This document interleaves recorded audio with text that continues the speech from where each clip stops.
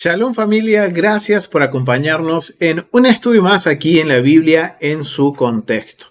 Esta semana, este Shabbat, empezamos con un libro nuevo familia. Estamos comenzando con el libro de Números. El último estudio cerramos el libro de Levítico y en este momento estamos dando inicio a las porciones que corresponden al libro de Números, familia. Vamos a estudiar, vamos a analizar la primera porción que va desde el capítulo 1 hasta el capítulo 4, versículo 20. Bien, esta es la primera porción y es bastante interesante.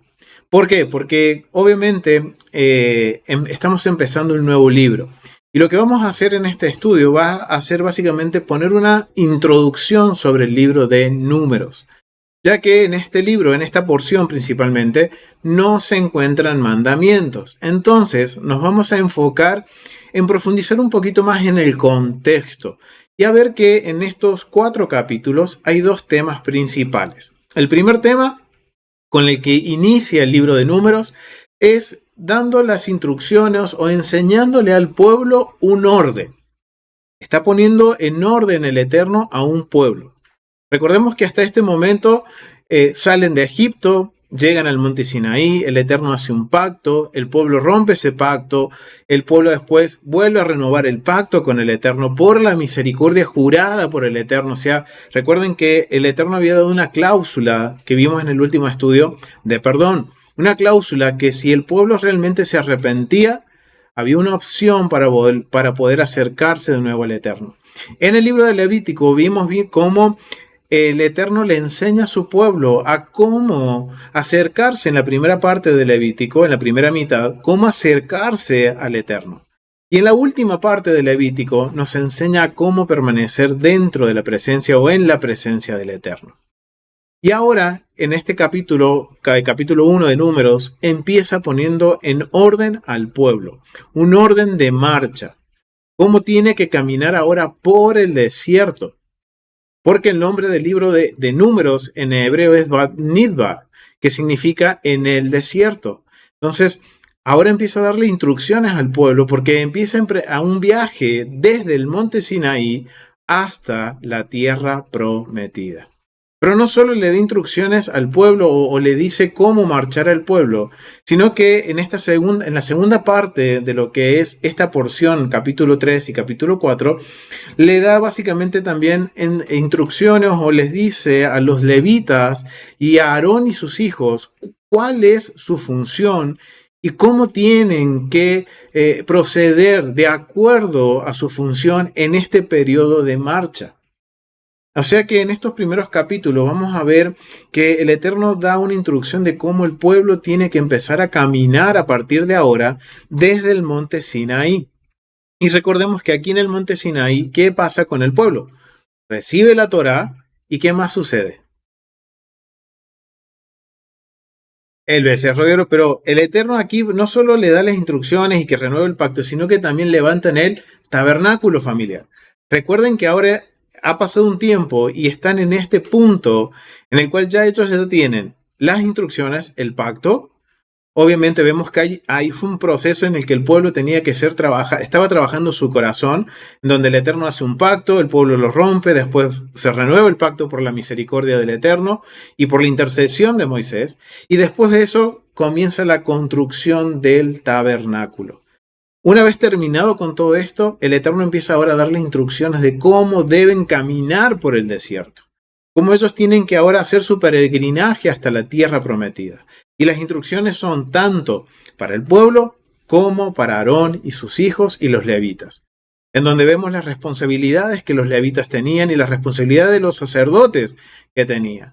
Y que establece el Eterno que solamente esas funciones que tenían ellos determinadas, solo podían hacerlo los sacerdotes y los levitas. Y que entre ellos tenían que cuidar sus vidas. Pero no nos vamos a enfocar en esa parte, sino que quisiera que nos enfoquemos en la primera parte de esta porción, en las instrucciones de cómo el pueblo tiene que caminar en el desierto. Y aquí vamos a tratar de estudiar y aprender algunos principios que podemos aplicar en la vida diaria, familia, en nuestra forma de vivir, en nuestra forma de conducirnos diariamente, y cómo también sobrellevar algunas situaciones que quizás muchas veces hemos sentido que estamos en el desierto. Así que vamos a ir al capítulo 1 del libro de Números y vamos a leer los primeros versículos como para ir poniendo en contexto. Vamos a hablar del contexto y vamos a tratar de entender, de acuerdo al contexto cultural, qué es lo que está sucediendo en el capítulo 1 y en el capítulo 2. Dice, capítulo 1 de Números, dice, habló Adonai a Moisés en el desierto de Sinaí. Aquí nos está ubicando en un contexto de lugar, en un punto geográfico. ¿En dónde están? En el desierto de Sinaí. En el tabernáculo de reunión. Ahora nos dicen dónde estaban hablando Moisés y Moisés y Adonai. En el día primero del mes segundo, en el segundo año desde la salida de la tierra de Egipto, diciendo, tomad el censo de toda la congregación de los hijos de Israel por sus familias, por las casas de sus padres, con la cuenta de los nombres, todos los varones por sus cabezas. Por sus cabezas, de 20 años arriba, todos los que puedan salir a la guerra en Israel. Los contaréis tú y Aarón por sus ejércitos. Wow, familia, miren cómo el Eterno está viendo a su pueblo. El Eterno no está viendo un pueblo como esclavos o como que, y esto es algo hermoso porque recuerden cuando hablamos de la salida de Egipto, de Israel, vemos que el Eterno les da una instrucción, que marchen como un ejército.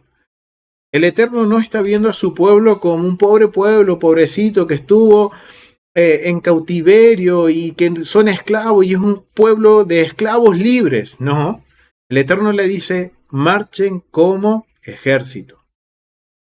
Y sabemos cuando estudiamos la historia de Israel que vivió aproximadamente 420 años en Egipto, de los cuales la mayoría vivió muy cómodo. Pero en los últimos 80 años de su permanencia en Egipto, Israel padeció como esclavos. Entonces, miren, 80 años son 2 generaciones aproximadamente.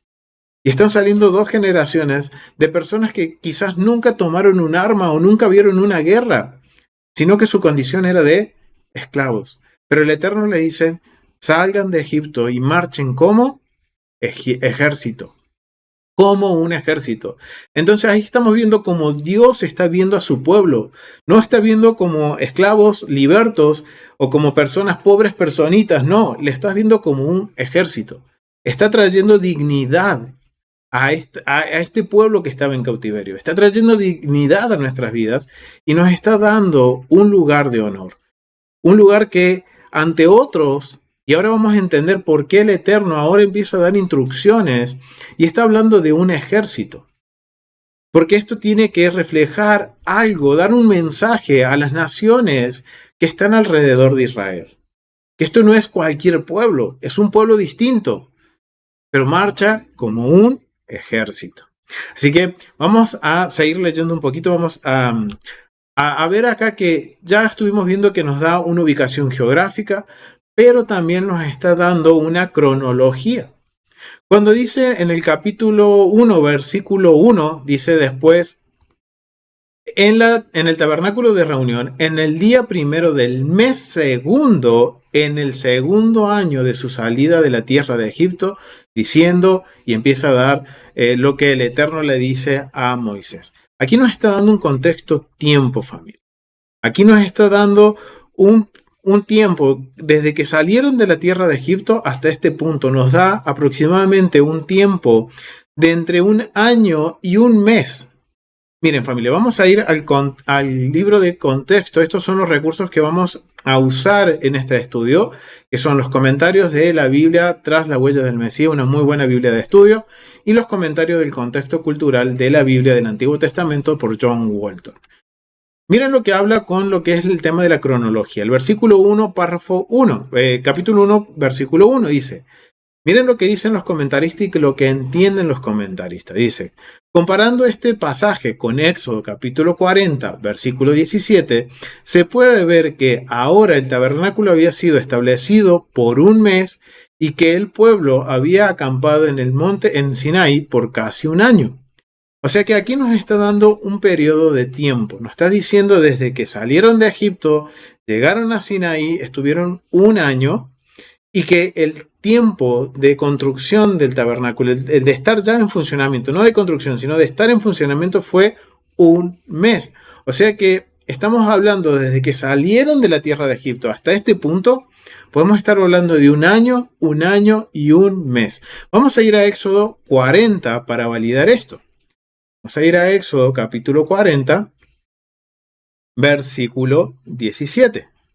Vamos al versículo 17 y dice, así en el día primero del primer mes, en el segundo año, el tabernáculo fue erguido. O sea, fue levantado cuando el tabernáculo, dice, en el primer día del primer mes, en el segundo año, o sea que ya había pasado un año que estaban en la tierra aproximadamente de Sinaí, que habían salido de Egipto y habían llegado a Sinaí. O sea que ha transcurrido en Números capítulo 1 ya un lapso desde el Éxodo hasta capítulo 1 de Números, un año y un mes.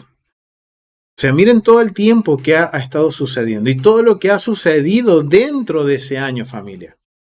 Todo lo que el pueblo se quejó, todo lo que el pueblo en este caminar en el desierto se queja por hambre, se queja por sed, se queja de la autoridad de Moisés, se rebelan contra el Eterno, en presencia del Eterno, cuando levantan el becerro de oro, rompen el pacto. Miren todo lo que ha sucedido en un año, familia.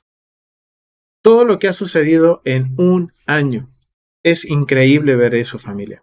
Y esto ahora nos da un poquito, nos pone en el contexto, nos podemos hacer una dimensionarnos todo lo que va a acontecer ahora, familia.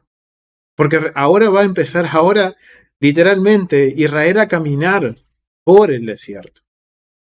A partir de ahora el Eterno les va a dar las instrucciones de cómo tienen que marchar en el desierto.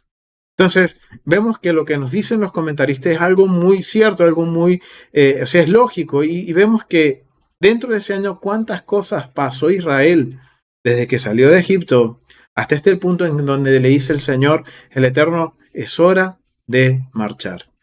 Es hora de ir a la tierra prometida. Y por eso ahora empieza a darle instrucciones de cómo deben marchar. Pero inicia antes de marchar, ¿qué empieza a hacer? Un censo.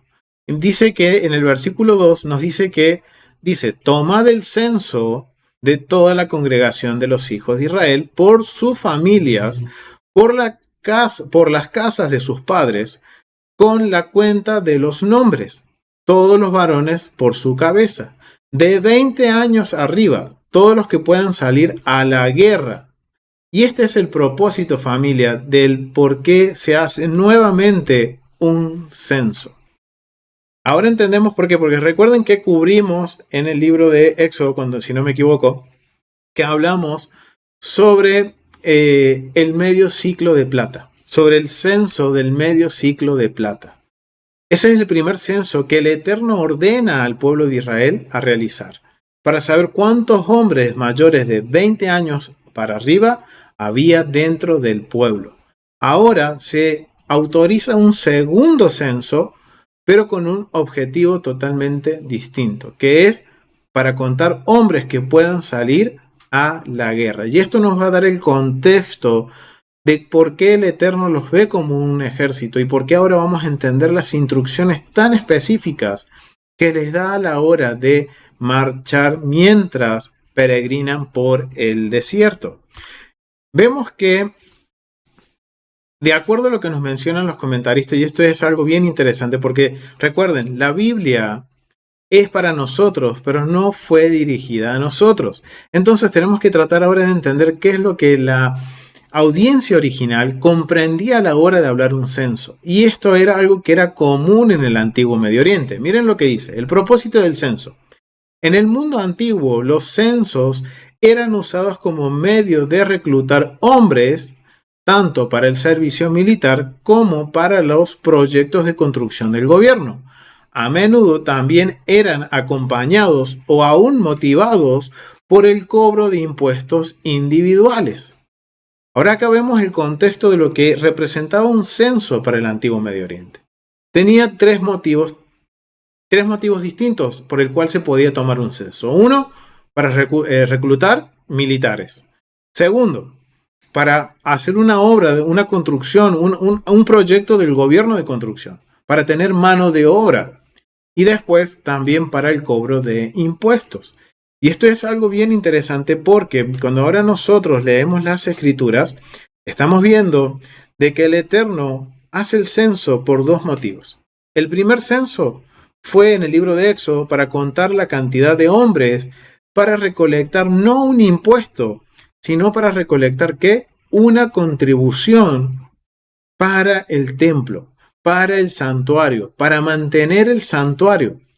Y que con este ciclo que podríamos decir un pseudo impuesto, se iban a comprar todas las ofrendas comunitarias, esas ofrendas que representarían al pueblo para mantener el santuario. O sea, vemos que hay algo que se comparte con el antiguo Medio Oriente, al igual ahora.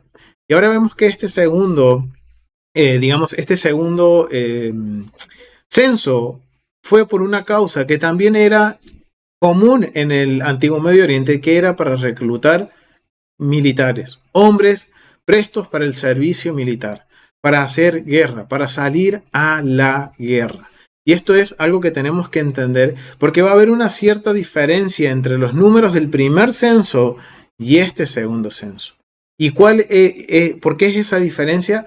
Básicamente es porque el motivo del censo es totalmente distinto. Uno era para recolectar una contribución y este otro es para formar el ejército de Israel, como toda nación. Y esto nos muestra que ahora el Eterno le está haciendo entender a su pueblo que ellos son una nación que va en camino a la tierra prometida, a su tierra. Y por eso el Eterno necesita que empiecen a caminar como si fueran un ejército. Es más, el Eterno los ve como un ejército, ¿bien? Y aquí un poquito vamos a hablar sobre la cantidad del censo, porque cuando nosotros vemos, hay una diferencia entre el censo de lo que era el capítulo, de lo que se habla en Éxodo, con lo que se habla en este libro. Y vamos a ver que la diferencia no es mucha, pero hay algo bien interesante que está sucediendo aquí, que es estos números distintos. Miren, vamos a ir a Levítico capítulo 1 y vamos a ir a los versículos 20 al 46. Empieza a hablar ahora de cuántos hombres eran los que entraron en el recuento. Habla sobre los hijos de Rubén, sobre los hijos de Simeón, o sea, por cada una de las tribus. Y en el versículo 46 dice, fueron todos los contados 603.550. Esos fueron el total de hombres que se contaron para la guerra. Pero ahora, cuando nosotros vemos en Éxodo, en el capítulo 30, vamos a ir al capítulo 30, si no me equivoco, creo que sí, vamos a ir, perdón, Éxodo capítulo 12, versículo 37, 12, capítulo 12, versículo 37, 37 por aquí abajo, aquí está. 37 y dice lo siguiente. Y dice, partiendo los hijos de Israel de Ramsés Sucot como 600.000 hombres de a pie. ¿Cuánto hay de diferencia entre un censo y el otro censo?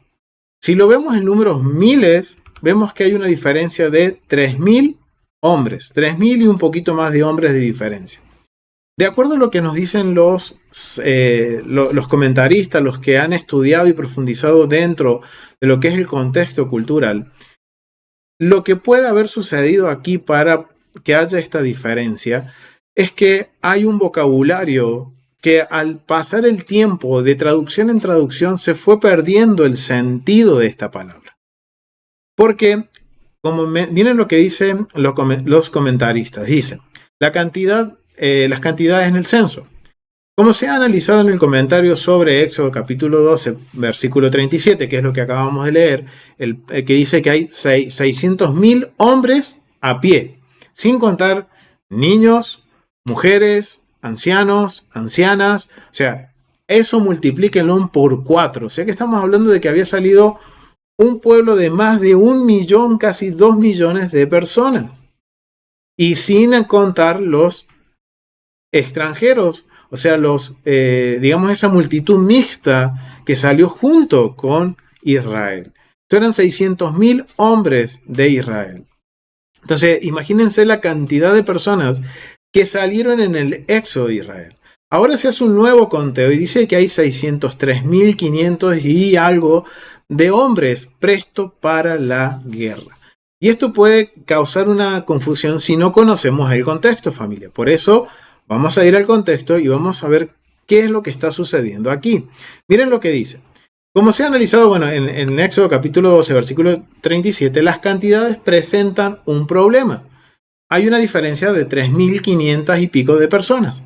La solución más probable sobre este punto es entender que los números que se dan son combinaciones, como la palabra hebrea traducida 1000 es similar a la que se traduce por división militar. Ahora, volvamos a Números capítulo 1, y este censo, ¿cuál fue la motivación de este censo? Para la guerra. O sea que el vocabulario que se va a usar en este censo y en estos 2 primeros capítulos de Números es un vocabulario militar, un vocabulario que está referido a la milicia, a la guerra. ¿Bien? Entonces, aquí hay una diferencia. Entonces, cuando dice 1000 tantas personas, vamos a poner un ejemplo, vamos a leer el ejemplo que nos dice aquí. Miren, un número en el versículo 4, vamos a ir al versículo 4 del capítulo 2, vamos a ir al versículo 4 del capítulo 2 para tener un poquito más dice, su cuerpo de ejército son son contados 74.700, dice. Acá está hablando de Judá. Dice que Judá, el cuerpo militar, el cuerpo de ejército de los hombres de Judá que podían ser parte del ejército eran 74.600 hombres. Obviamente pueden haber sido esa misma cantidad, 74.000 hombres prestos para la guerra, podría ser. Recuerden que por eso pusimos también, para tener una idea de que ha pasado un cierto tiempo entre la salida de Egipto y lo que es ahora la partida del monte Sinai. Se han pasado un año y quizás, obviamente puede ser también muy posible que cuando se hizo el primer censo habían muchos que tenían 19 años. Y no habían sido contados. Y hoy tienen las capacidades, o podremos decir, cumplen con la condición de ser contados como hombres para la guerra. O sea, esa es una opción también. Pero también hay algo que los comentaristas se apegan mucho más, es al vocabulario. Y que no está hablando de miles de personas, sino que está hablando de unidades militares. Porque la palabra 1000, o lo que se traduce como 1000 en el español, es una palabra hebrea que está relacionada con la división militar. Entonces, como leíamos en el versículo 4, dice que Judá tenía, por ejemplo, un número de 74.600 hombres. Puede leerse teniendo en mente, que la palabra 1000 es una división militar. Se puede leer que son 74 divisiones militares que totalizarían 600 hombres. O sea, entonces si vemos así, entonces vemos que ahora vamos a entender de que puede ser que haya un error cuando lo vemos en el español por una cuestión de las traducciones, de que haya una diferencia de 3.000 hombres. Porque el censo en este caso no era para saber cuántos hombres habían prestos para pagar el impuesto o para pagar la contribución al templo, sino que esto era un censo para saber cuántos eran aptos para ir a la guerra. Entonces vemos que de Judá se puede entender que no eran 74.000 hombres en sí, sino que eran 74 divisiones. Vamos a hablar en un término más actual. Serían 74 pelotones o batallones que en total eran 600 hombres. Y así, cuando vamos leyendo, teniendo esto en mente, podemos estar viendo que se está armando un ejército. Y esto es algo bien interesante, familia, porque tiene coherencia. Porque supongamos un ejemplo. Cada país tiene una X cantidad de habitantes. Vamos a poner, por ejemplo, Argentina. Vamos a poner un ejemplo que Argentina tiene una total de hombres de 10 millones de hombres en toda la Argentina.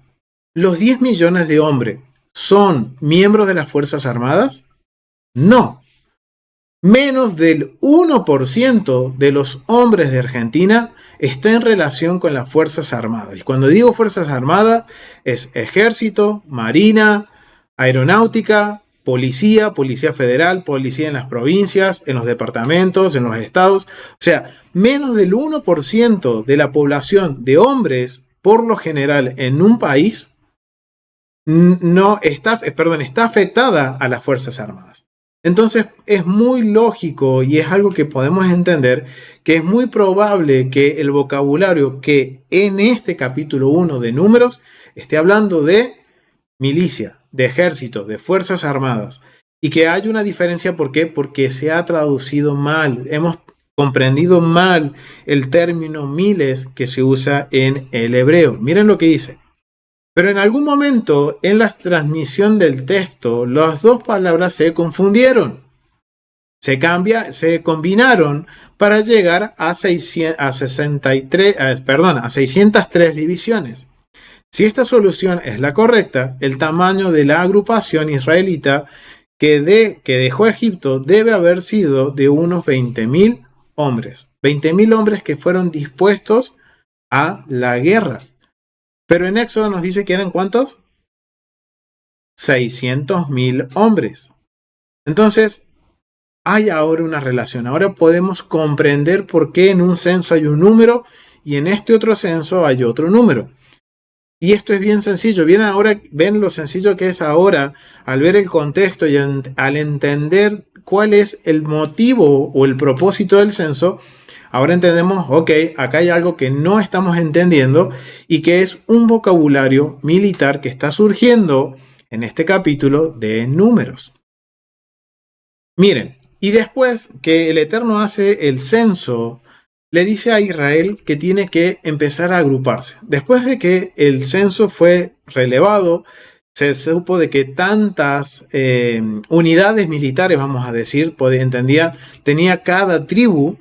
Entonces, ahora el Eterno empieza a darles la instrucción de cómo acampar. Les enseña cómo acampar alrededor del tabernáculo. Y recuerden que al principio yo les decía que vemos cómo el Eterno ve a su pueblo como un ejército. Ellos empiezan a marchar como un ejército. Llevan una formación como ejército. Pero ahora no solo tiene que ser el caminar como un ejército, sino que ahora tiene que ser también cómo ellos descansan o acampan como un ejército.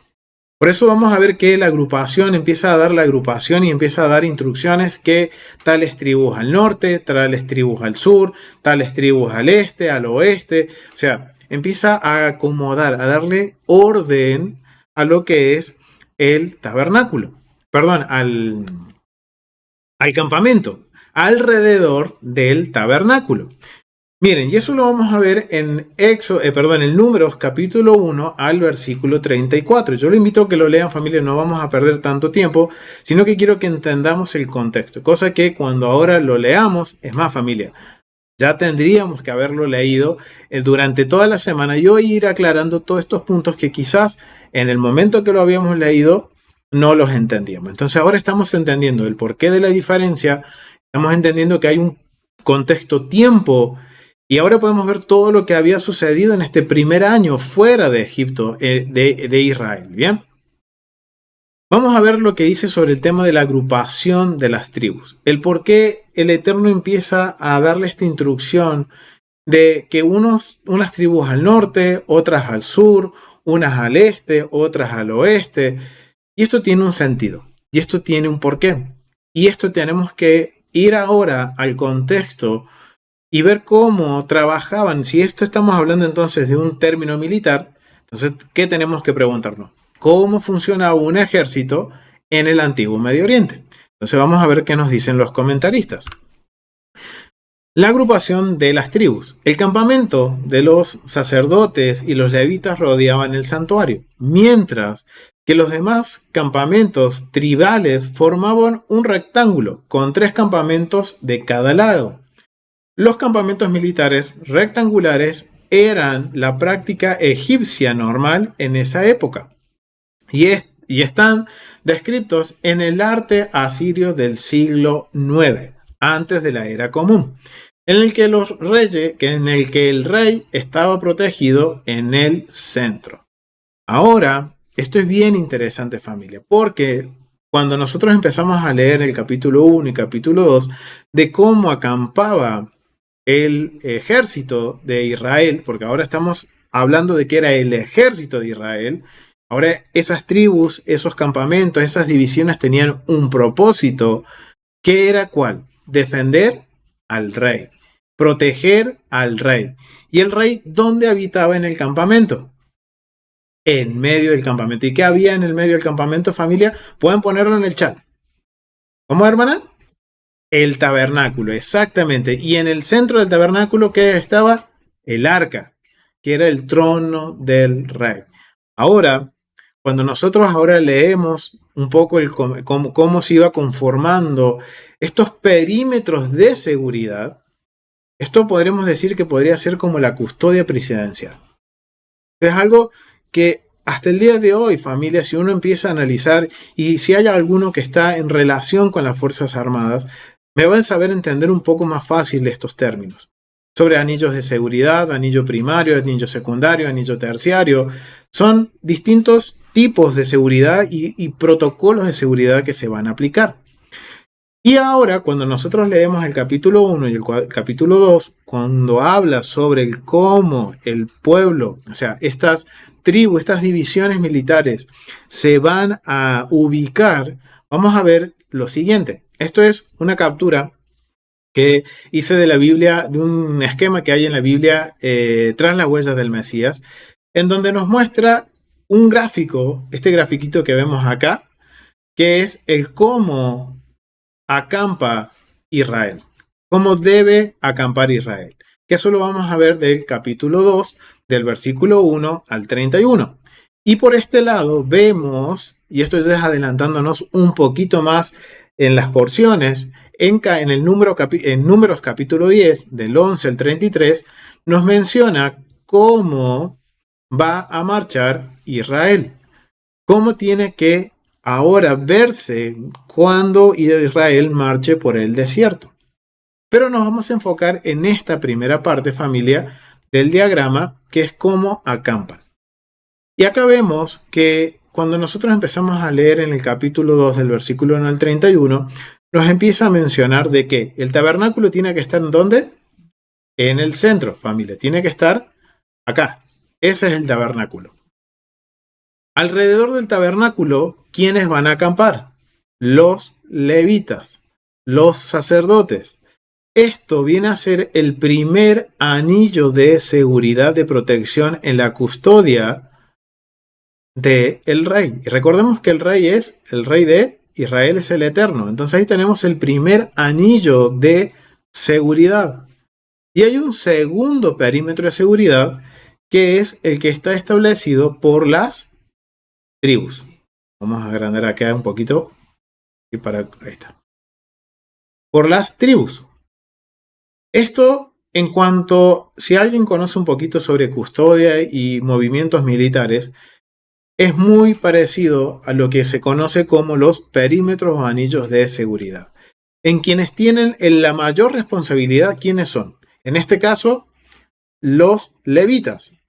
Aquellos que están alrededor para proteger de que ningún extraño y no está hablando de extraños, de extranjeros, sino que cualquiera que quiera usurpar la posición o hacer algo en contra de la santidad del santuario, tienen que ser como custodios, como escoltas privados. Y el que infrinja o el que quiera usurpar, ¿qué sucede? Frito ley, como la pastora nos ha enseñado. Frito ley. Esa es la función. Y esto es lo que va a estar viendo cualquier enemigo que vea a Israel acampar. ¿Qué va a ver? A un ejército. Y va a ver cómo está conformado este ejército de acuerdo a los anillos de seguridad. Y el primer anillo lo tienen los levitas y los sacerdotes. Y después vienen las tribus, en donde cuando empieza a ordenarse las tribus, dice que Judá va a ser el, va a ser el líder de una agrupación conformada por Isaacar y por Zebulón. Él va a ser el líder de estas tres, que va a acampar hacia él Después nos menciona de que habla sobre Rubén. Rubén va a ser el líder de, digamos, del convoy o del pelotón, hablando en jerga militar, que acampa hacia el sur, en donde va a estar acampando con Simeón y Gad.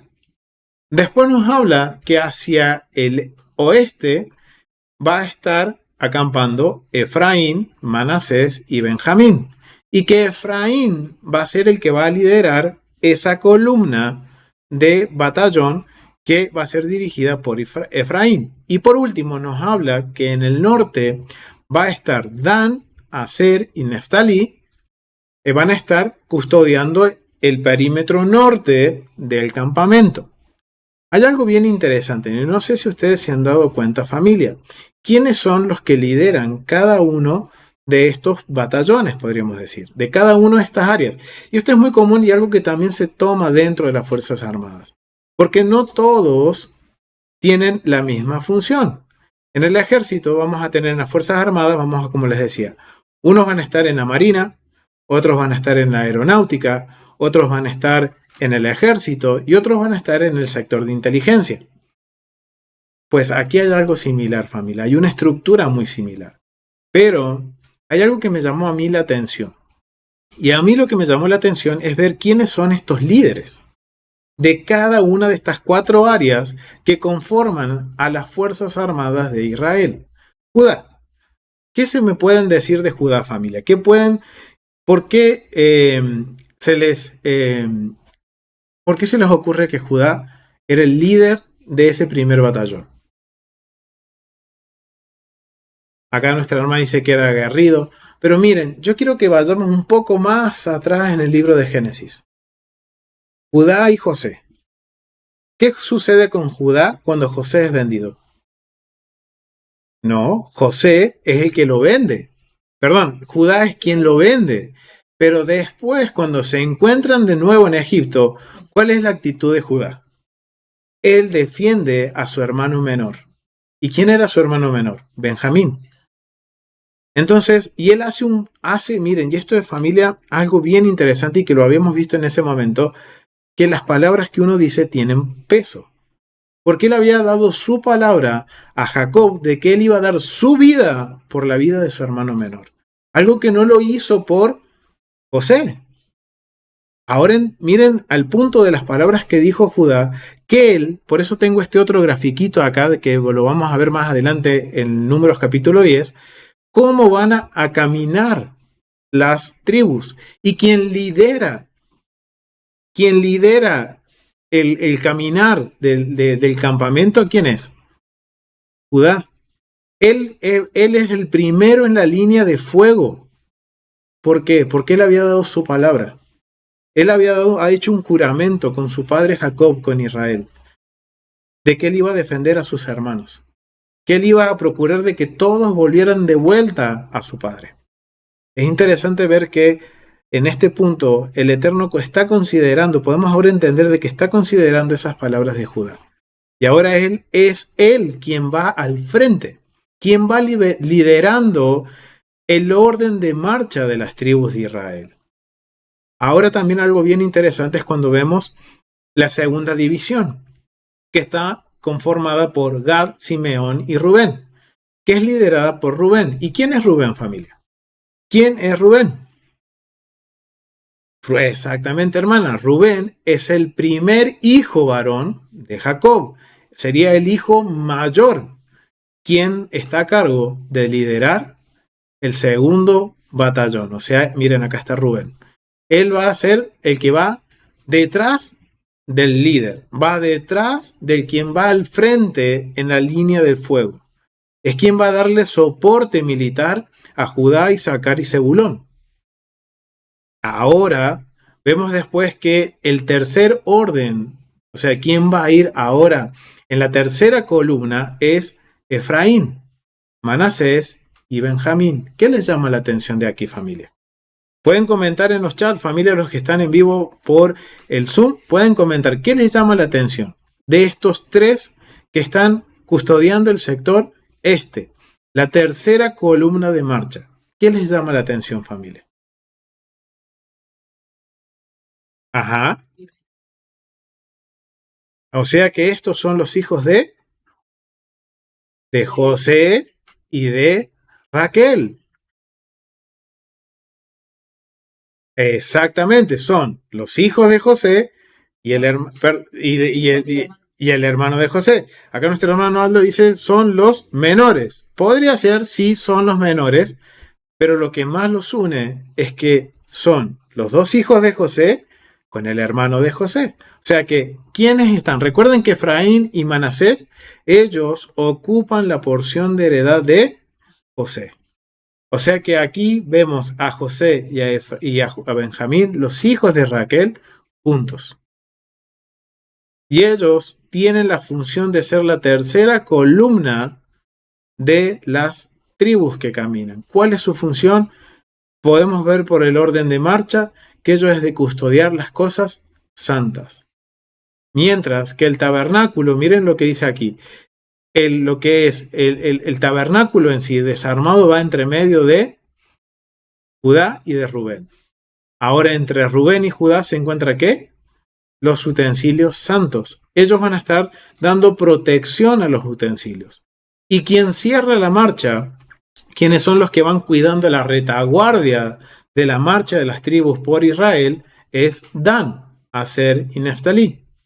Y Dan es el mayor de los hijos de las concubinas. O sea, miren cómo el Eterno ha ido acomodando en este orden militar, en donde está tomando en cuenta la posición de cada uno. Judá le está tomando en cuenta su palabra. Que él dijo, yo voy a cuidar a mis hermanos, yo voy a ir al frente, yo voy a poner mi vida por mis hermanos. Y ahora él va liderando la columna. Después viene Rubén, como hijo primogénito que era. Recuerden que él perdió la primogenitura porque hizo cosas que trajeron vergüenza a su padre y a todos sus hermanos. Pero el Eterno reconoce su autoridad y lo pone como líder de este pelotón. Después vemos a Efraín. ¿Y Efraín quién es? De los hijos de José, que acuérdense que fueron adoptados por Jacob, quien recibe la doble porción, quien recibe la primogenitura, es Efraín. Y después, al primer hijo, al mayor de las concubinas, no es despreciado, sino que también lo pone como, podríamos decir, una especie de general de una de las divisiones del ejército de Israel. Y eso es lo que a mí me llamó la atención y ver cómo el Eterno, a pesar de todo, está guardando la dignidad de cada una de las tribus. Que no importa de quiénes son hijos o cuáles fueron sus errores, sino que el Eterno está confiando su seguridad, confiando en la seguridad del campamento y principalmente del tabernáculo. Que como nos mencionaban los comentaristas, esta formación era muy común en el mundo del antiguo Medio Oriente de cómo acampaban y cómo marchaban los ejércitos. Eran estrategias. Ahora vemos que hay un propósito por el cual el Eterno quiere que Israel acampe y camine como un ejército. Recordemos que ellos están ahora partiendo a la tierra prometida. Y si ahora nosotros conocemos la historia y vamos a irnos un poquito más adelante al libro de Deuteronomio, vamos a darnos cuenta que cuando llegan a la tierra prometida, ¿qué sucede, familia? Envían 12 espías, de los cuales regresan, y que el Eterno, ¿cuál era la promesa que le había dado de la tierra? Vayan y conquístenla. Vayan y tómenla. Entonces ahora entendemos por qué el Eterno dice, a partir de ahora ustedes se tienen que ver y tienen que conducirse como un ejército. Porque tenían que ir caminando durante esta peregrinación que va hacia el desierto como un ejército. Tenían que verse como un ejército. Y cuando los veían llegar, ¿qué veían llegar? Al ejército de Israel. Al ejército del pueblo de Dios. Que iba a tomar posesión de la tierra prometida. ¿Y qué sucede cuando están a punto de entrar? ¿Qué sucede, familia? Solo 2 dan buen reporte. Los otros 10 dicen, no, mejor ni nos animemos. Vamos a perder. Eso es lo que decían. Sí, la tierra es muy buena, es muy linda, pero vamos a salir perdiendo. Parafraseando, ¿no? ¿Y qué hace el pueblo? Se pone en contra de Moisés, no le creen al Eterno. ¿Y qué hace el pueblo? Protesta y el Eterno les dice, ¿saben qué? No están preparados para entrar a la tierra prometida. Que hagan lo siguiente, peguen la vuelta y sigan dando vueltas por el desierto. ¿Y el pueblo qué hace? No, que ahora queremos ir y van a subir de vuelta. ¿Y qué sucede? Hay muerte en el campamento. ¿Por qué? Por el desorden, por la rebeldía. Cuando el Eterno les dijo, hubo un momento en que yo los iba a acompañar, pero por su rebeldía, mejor vamos para atrás. Caminemos. ¿Cuántos años caminó en el desierto Israel? 40 años en total. ¿Era la idea del Eterno? No, no era la idea del Eterno. Entonces vemos que en el campamento están custodiando al rey. Y eso es lo que iban a estar viendo las naciones. Ahora entendemos por qué, por ejemplo, cuando Rahab la ramera tiene tanto respeto a Israel, a los soldados de Israel, porque sabían que era un ejército formado. Recuerden que eran personas que habían salido de la esclavitud, pero ahora empiezan a caminar y empiezan a verse como un ejército. Y si se tienen que ver como un ejército, ¿qué tiene que haber, familia? Instrucción militar. Tiene que haber una formación militar.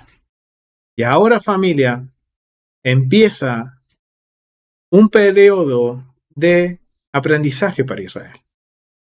Y eso lo vamos a ver cuando veamos de nuevo el libro de Levítico. Vamos a ver que en el libro de Deuteronomio, ¿qué sucede? Se vuelve a dar la ley. Se vuelve a enseñarle al pueblo cuáles son los mandamientos del Eterno.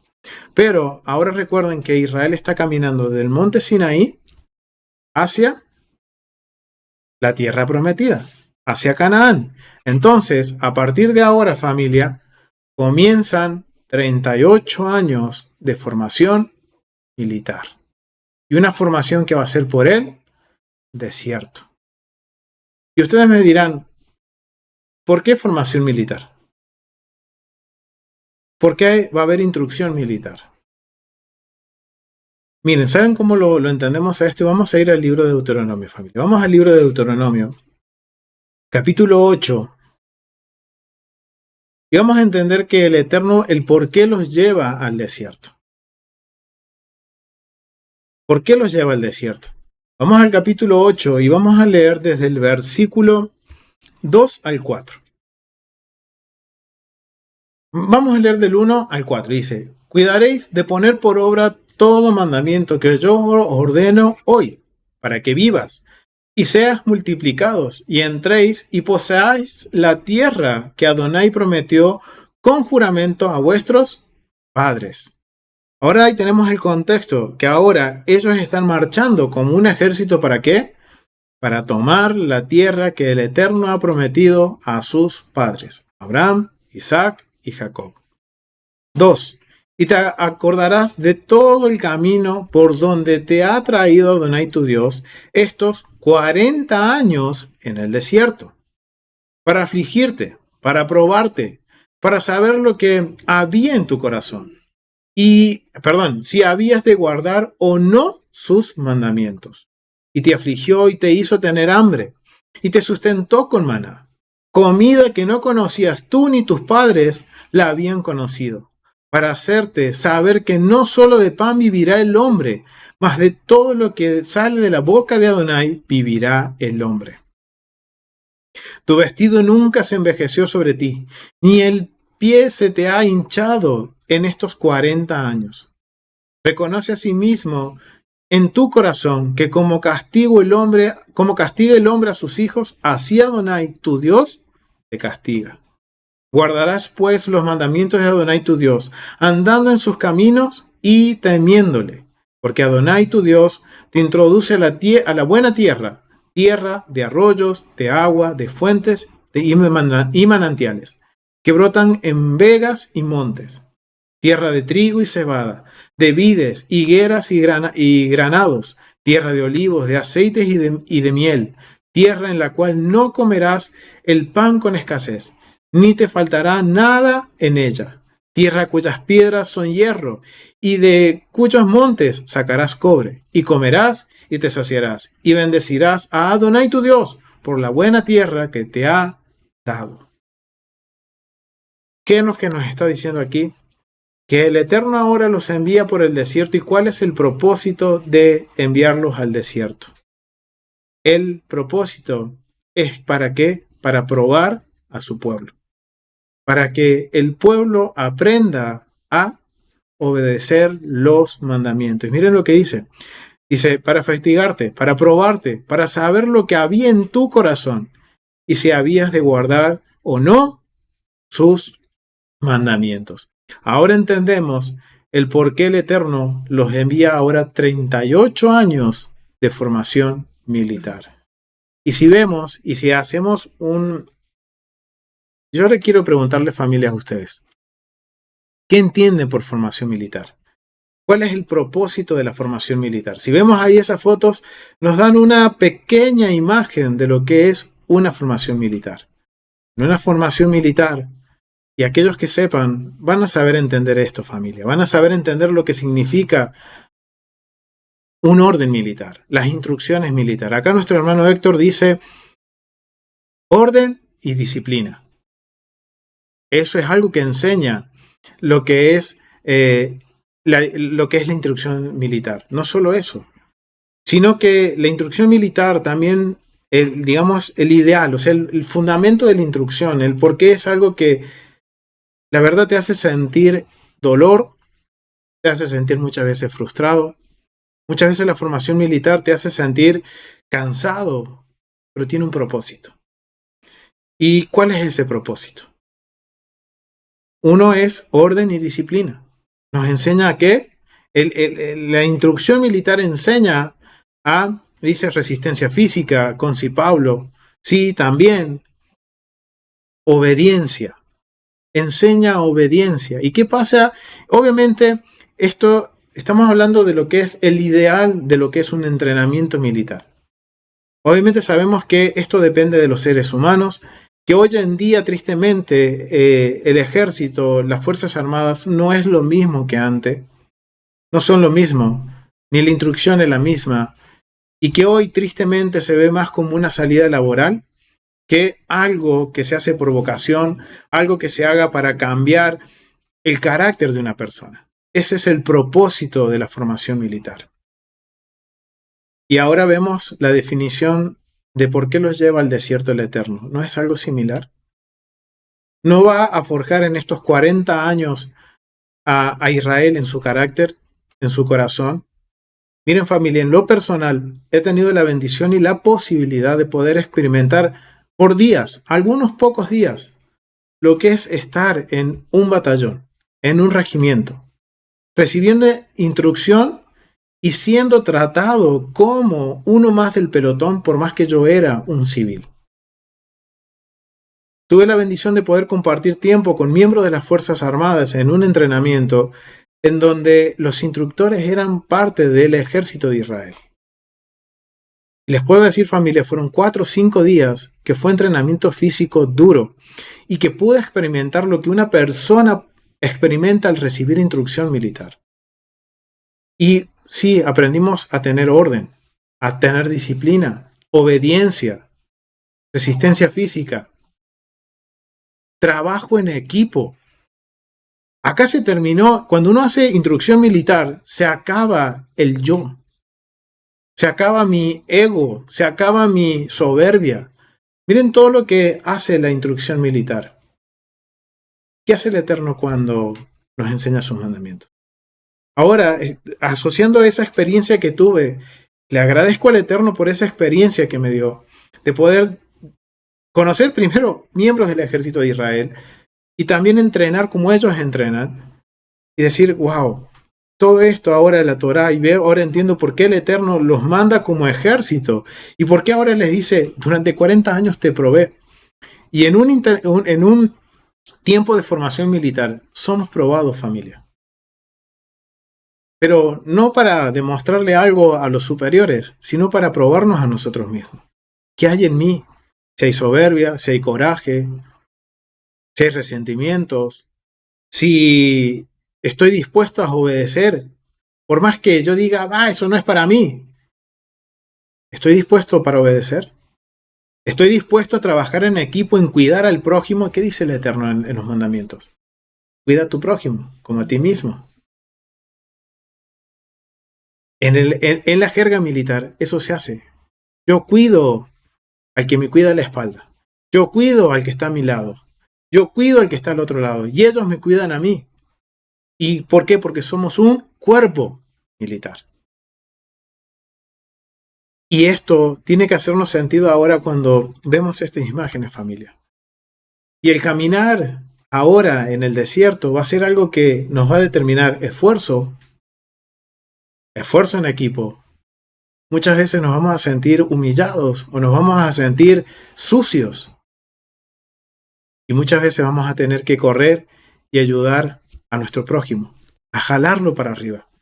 No te quedes, vení, vamos. Y eso es lo que sucede dentro de la instrucción militar. Aprendemos todo esto y es básicamente para que aprendamos, como dice Deuteronomio 4. Son cosas que nos va a afligir. El entrenamiento militar tiene el propósito de afligirnos físicamente para que entendamos qué hay en nuestro corazón. El Eterno le enseña esto a su pueblo, no solo afligirlos con hambre, con sed, sino que también fue puesto a prueba su corazón, para ver si iban a obedecer o no iban a obedecer. Y esa es la esencia de un entrenamiento militar, de una formación militar, familia.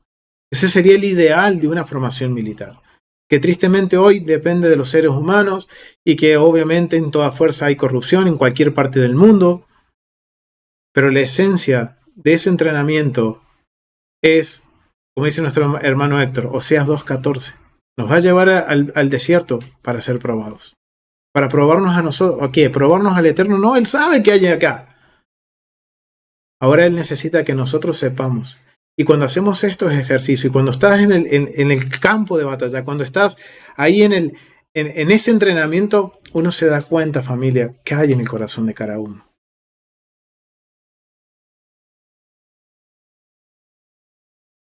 Exactamente, miren, acá hay una gran diferencia con el entrenamiento militar, pero el entrenamiento militar sí duele, y le digo familia, duelen, y eso que yo hice 4 días, 5 días de entrenamiento continuo, al ritmo que hacen los miembros del ejército. Yo estaba dentro de un grupo de 40 personas, familia, en donde de esas 40 personas era el único civil, en donde habían 20 personas que eran de el escuadrón en donde yo estuve internado por 4 o 5 días haciendo este curso, esta instrucción militar. Eran miembros del escuadrón 7 de Arana La Plata, del Ejército Nacional Argentino. Pero a su vez también estaba yo entrenando con miembros de la custodia presidencial, entrenando con miembros de las fuerzas especiales de protección de testigos de la provincia de Buenos Aires, de la provincia de Santa Fe, con miembros de la colectividad judía que estaban encargados de la seguridad. O sea, eran todos miembros de las Fuerzas Armadas, entrenados siendo lo mejor de lo mejor. 2 instructores que venían con una enseñanza totalmente distinta. Y yo el único civil. En esos 40 vi como más de la mitad desertó. No aguantaron. ¿Por qué? Porque se empezaron ellos a conocer a sí mismos de qué había en su corazón. Ellos no iban a recibir órdenes de otro superior que no los de ellos. Ellos eran más que el de esto y empezaron a salir estos orgullos. Y que tristemente eso empezó a ¿qué? A eliminar a cada uno de ellos. Solo 18 terminamos esta instrucción. Aguantándonos el dolor, el mal clima, la lluvia, el dolor físico. Tener que soportar por culpa de otro, familia. Porque miren, ahora entendemos por qué el pecado no solo afecta a la persona que comete el pecado, sino que a todos. En el ejército pasa algo muy similar. El error que comete uno, lo pagan todos. Y a nosotros nos pasaba, y acá quiero darles un ejemplo. Teníamos un compañero que era muy soberbio. Y él siempre llegaba tarde a la hora que nos citaban los instructores, principalmente después del mediodía. Él llegaba 20 minutos, media hora más tarde. ¿A él lo castigaban? No. Era a él y a todo el grupo. Nos hacían correr 3 kilómetros. Ida y vuelta, con camilla al hombro, con un compañero encima. Y ojo que no se nos caiga el compañero, porque eran correr otros 3 kilómetros más. Este compañero hizo esta gracia 2 veces. A la tercera, él quedó solo cuando lo necesitó. ¿Por qué? Porque él era soberbio, él no acataba órdenes. Ahora esto me trae a memoria cuando Pablo trae corrección a la comunidad de Corinto y les dice: aquel que está cometiendo un error, que está pecando, ¿qué hace dentro del grupo? Apártenlo, sáquenlo, enséñenle, háblenle, pero que no se junten con él, porque lo que él hace que ustedes sean parte de eso mismo. Y eso pasa también en la jerga militar. El que comete un error lo comete 1, 2, pero la tercera lo siente. Y este compañero, cuando sintió eso, se retiró del grupo. ¿Por qué? Porque él no acataba órdenes. Ahora esto nos tiene que hacer meditar en esto, que el Eterno nos está mostrando, que Él ve a su pueblo como un ejército. Obviamente los va a corregir, como dice el versículo 5 en el capítulo 8, lo va a corregir como un padre. Va a hacer sentir la corrección, pero va a corregirnos como un padre bueno. Ahora esto es lo interesante, familia. Porque ahora, como yo les decía, acá empiezan 38 años de formación. Pero no porque el Eterno haya querido que fueran 38 años que el pueblo estuviera caminando en el desierto, adicional a los 2 que ya caminaron. ¿Cuál fue el plan original del Eterno? Miren, vamos a ir a Deuteronomio, capítulo 1, y vamos a leer del versículo 2 al 4. Dice: 11 jornadas hay desde Horeb, camino del monte de Seir, hasta Cades Barnea. Y aconteció que a los 40 años, en el mes 11 del primer mes, Moisés habló a los hijos de Israel conforme a todas las cosas que Adonai le había mandado acerca de ellos, después de derrotar a Sehón, rey de los amorreos, el cual habitaba en Hesbón, y a Og, rey de Basán, que habitaba en Astarot, en Edrei.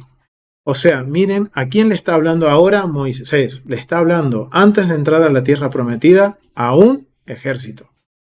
Después de que obtuvieron la victoria, les dice estas palabras. Pero miren lo que aclara. Desde en donde ellos estaban, desde el monte Sinaí hasta Cades Barnea, que era la frontera con la tierra prometida, dice que habían, ¿cuánto? 11 jornadas. 11 días de camino. Ese era el plan perfecto del Eterno. Pero en total Israel estuvo 40 años en el desierto. ¿Y cómo sabemos que son 38 años de formación? Vamos al capítulo 2, al versículo 23. Capítulo 2, versículo 23 dice: y a los abeos que habitaban en Saleas hasta Gaza, los 2:20, perdón, 9:23, perdón, 9:23. Vamos al 9:23. Ahí se me habían confundido, perdón, las citas. 9:23 y dice lo siguiente. Dice también en Tavera, en Meshá y en Kibort Hatabá. Provocaste a ira a Adonai. Y cuando Jehová os envió desde Cades Barneas diciendo, subid y poseed la tierra que yo os he dado, también fuiste rebeldes al momento de Adonai, al mandato de Adonai, vuestro Dios, y no le creísteis, no obedeciste a su voz. Rebeldes habéis sido a Jehová desde el día que yo os conozco. Mas postré pues delante de Jehová 40 días, y bueno, acá empieza a hablar de Moisés. Y acá vemos ahora que la culpa es del pueblo. Después de este punto, son 38 años que Israel tiene que caminar por el desierto. ¿Cuál era el propósito del Eterno? El propósito era que ellos caminaran en obediencia al Eterno, que tomaran la tierra prometida. Pero que el pueblo dice en el capítulo 9, versículo 23, ellos fueron rebeldes, no le creyeron al Eterno. Ahora sí vamos al capítulo 2, versículo 14.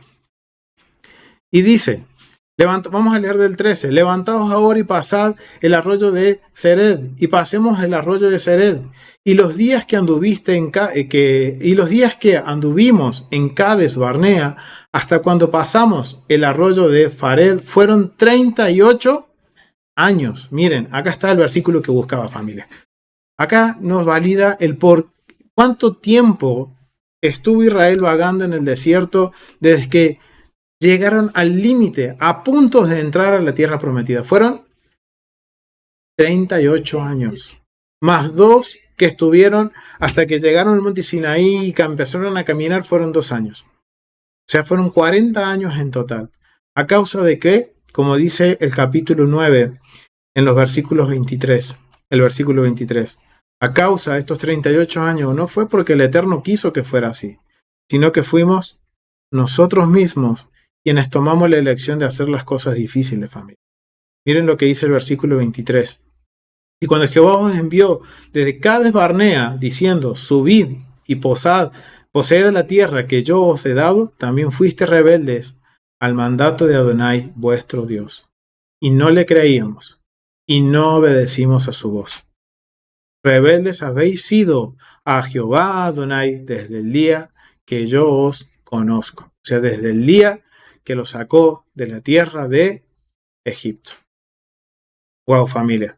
Ahora entendemos que estos 38 años fueron por culpa del pueblo. El pueblo llegó a la frontera, al punto de poder entrar a la tierra prometida, pero no estaban preparados. Les tomó 38 años en el desierto. ¿Y cuál era el propósito de estar en el desierto? Probar sus corazones. Se iban a guardar la palabra del Eterno, se iban a guardar sus mandamientos. Ahora esto para concluir, familia, vemos que el Eterno muchas veces nos va a llevar al desierto. ¿Y por qué? Porque Él quiere probarnos. Y miren, familia, hay un precedente en donde Yeshua fue llevado al desierto y fue probado en el desierto. Vamos a Mateo capítulo 4, familia. Vamos a ir a Mateo capítulo 4. Para ya concluir, vamos a ir a Mateo capítulo 4.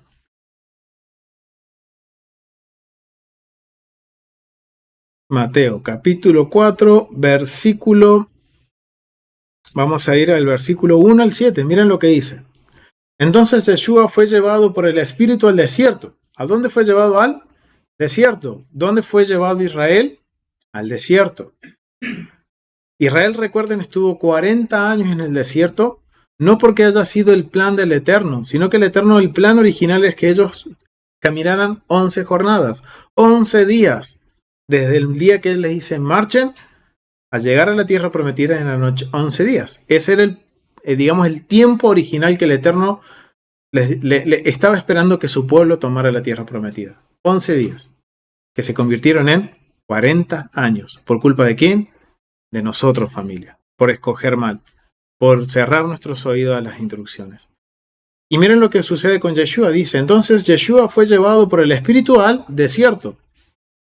para ser tentado por el diablo, o sea, para ser probado, para ser probado. Ahora, tengamos en mente lo que estaban entendiendo la audiencia original que estaba escuchando a Mateo cuando él cuenta esta historia. Recuerden que cuando Mateo le está hablando a un público específico, a un público que conoce la Torá, y está haciendo esta conexión con Israel llevado al desierto, para hacer que, como dice el capítulo 8 de Deuteronomio, probado nuestro corazón. Yeshua fue llevado al desierto para ser probado. Y después de haber ayunado 40 días y 40 noches, tuvo hambre. Una prueba. Y vino a él el tentador y le dijo: si eres hijo de Dios, di que esta piedra se convierte en pan. Él respondió y dijo: escrito está, no solo del pan vivirá el hombre, sino de toda palabra que sale de la boca de Dios. Wow, familia, ¿y eso en dónde lo habíamos leído? Deuteronomio 8. Entonces, el tentador, el diablo, el opositor, le llevó a la santa ciudad y lo puso sobre el pináculo del templo, o sea, la parte más alta del templo.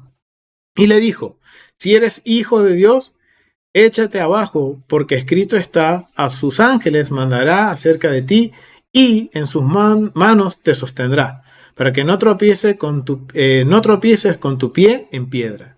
Y Yeshua le dijo: escrito está también: no tentarás al Señor tu Dios. ¿Esto qué le está citando? Deuteronomio capítulo 6, versículo 16. Otra vez lo llevó el opositor, el diablo, a un monte muy alto y le mostró todos los reinos del mundo y la gloria de ellos. Y le dijo: todo esto te daré si postrado me adorares. Entonces Yeshua le dijo: vete, Satanás, porque escrito está: al Señor tu Dios adorarás y a Él solo serviréis. ¿Y qué le está citando aquí, familia? Le está citando Deuteronomio 6, versículo 13. El diablo entonces lo dejó, y aquí que vinieron ángeles y le servían. Wow, familia. Vemos cómo Yeshua está siendo probado, como fue probado Israel en el desierto. Pero acá hay una gran diferencia, familia. Yeshua fueron 40 días y 40 noches. Pero el pueblo, nosotros, ¿cuánto tiempo fuimos probados en el desierto? Israel fue probado 40 años. Y acá hay una gran diferencia.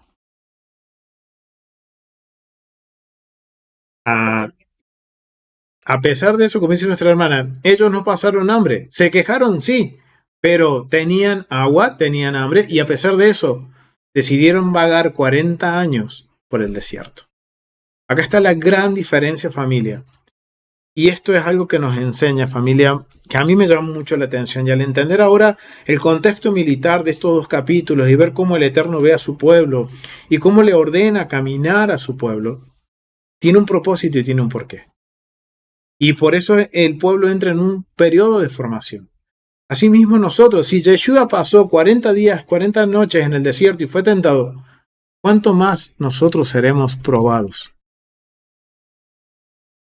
¿Cuántos años el Eterno nos va a probar? ¿Cuánto más a nosotros nos va a probar? Si Yeshua pasó por esas pruebas, nosotros también vamos a pasar. ¿Cómo lo sabemos? Porque Israel también pasó por esas pruebas. En el desierto, cuando tuvo hambre, como tuvo sed, cuando se quejó de que iban a morir en el desierto, cuando se quejó cuando iban a cruzar el Mar Rojo. Y a pesar de eso, como dice nuestra hermana, en el desierto vimos los milagros del Eterno. Vimos como el Eterno abrió las aguas del mar y cruzamos en seco. Vio cómo enviaba y salía agua desde las piedras. Cómo enviaba alimento, el maná, como dice en Deuteronomio 8, pan que ni nuestros padres conocían. ¿Cuántas veces no ha pasado eso, familia, en nuestros hogares? Pero estamos en el desierto. Ahora entendemos por qué muchas veces tenemos esa sensación de, a pesar de ser creyentes en Yeshua y en el Eterno, de pasar tiempos de decir: estoy en un desierto. Veámoslos con alegría, familia. Nos alegremos, porque eso significa que el Eterno nos está formando. Nos está viendo como un ejército. Y si nos hace pasar por un desierto, porque Él sabe que vamos a poder pasar esa prueba. Pero ahora depende de nosotros qué va a pasar. de cuánto tiempo vamos a tardar en pasar esa prueba. Si vamos a estar dispuestos a ser obedientes o rebeldes. Por eso que ponía como ejemplo esa vivencia en el entrenamiento militar. Si eres obediente y haces lo que los instructores dicen, wow, sí, te va a cansar, te va a doler el cuerpo, pero vas a terminar el día contento, que aprendiste algo. Pero si eres rebelde, la verdad que lo vas a hacer, lo vas a sentir aún peor en tu cuerpo. Y estoy hablando físicamente en un entrenamiento militar, familia. ¿Cuánto más sucederá en nuestras vidas a nivel personal, a nivel espiritual, familia? El Eterno nos está entrenando, nos está ayudando a que conozcamos qué hay en nuestro corazón y podamos corregir a tiempo esas cosas, familia, que quizás pueden hacer que estemos más tiempo en el desierto. Y vemos que Yeshua no fue la excepción. Él pasó, pero ¿cuál fue la diferencia? Que cuando vino la prueba, ¿cómo actuó Yeshua? Confrontando con la palabra. Él estaba citando la Torá. ¿Y qué estaba citando? Deuteronomio, capítulo 6 y capítulo 8. Entonces, ahora vemos que esos periodos de prueba se van a acortar siempre y cuando nosotros nos mantengamos en la Torá. Y algo bien interesante, familia, porque el propósito de Yeshua lo vamos a ver en Juan capítulo 3, familia. Vamos a ir a Juan capítulo 3 para ir cerrando. Capítulo 3, del versículo 19 al 21. Miren, lo tengo marcado acá. Capítulo 3, versículo 19 en adelante, al 21. Dice, y esto es la condenación, que la luz vino al mundo. ¿Quién es la luz? Yeshua. Pero recuerden que la audiencia de Juan conocía algo que también conocemos nosotros, los salmos. Y dice, esta es la condenación, que luz vino al mundo y los hombres amaron más las tinieblas que la luz, porque sus obras eran malas. Porque todo aquel que hace lo malo aborrece la luz y no viene a la luz para que sus obras no sean reprendidas. Mas el que practica la verdad viene a ¿qué? A la luz, para que sea manifestado que su obra son hechas en Dios. Bien, familia. Ahora, con el contexto que hemos visto de un periodo de orden que el Eterno está trayendo al pueblo. Obviamente que cuando se trae orden, ¿qué va a suceder, familia? Aparece el caos.